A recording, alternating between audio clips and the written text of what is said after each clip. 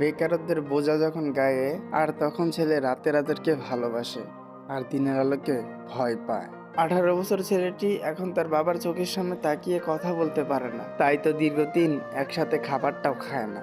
এক সময় স্বপ্ন দেখতো, এখন স্বপ্ন দেখায়। বাস্তবতা ধাক্কায় জীবনটা কতটুকু পরিবর্তন হয় একমাত্র 18 বছরের বেকার ছেলেটা শিখায়। ঘরের বেকার ছেলেটা থ্রোন হিসাবে বাবার রক্ত পান করে, আর বাত হিসাবে বাবার শরীরের মাংস চিবায়। হঠাৎ নিজের কাঁধে দায়িত্ব দেখে হতাশায় পড়ে যায়। বসন্তকালে শারীরিক পরিবর্তন ঘটে, এটা বইয়ের মাধ্যমেই শিখায়। তবে কেন জীবন পরিবর্তনের কথা বলা হয়নি?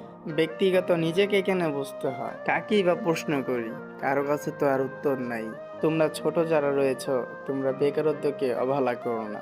একটা অবাক করা বিষয় হচ্ছে, আমরা 18 বছরের বয়সের ছেলেরা দেখাই যে আমরা ভালো আছি, ভালো থাকি, তবে মুখোশ আর মুখের হাসির আড়ালে আমরা সবাই হতাশায় ভুগি।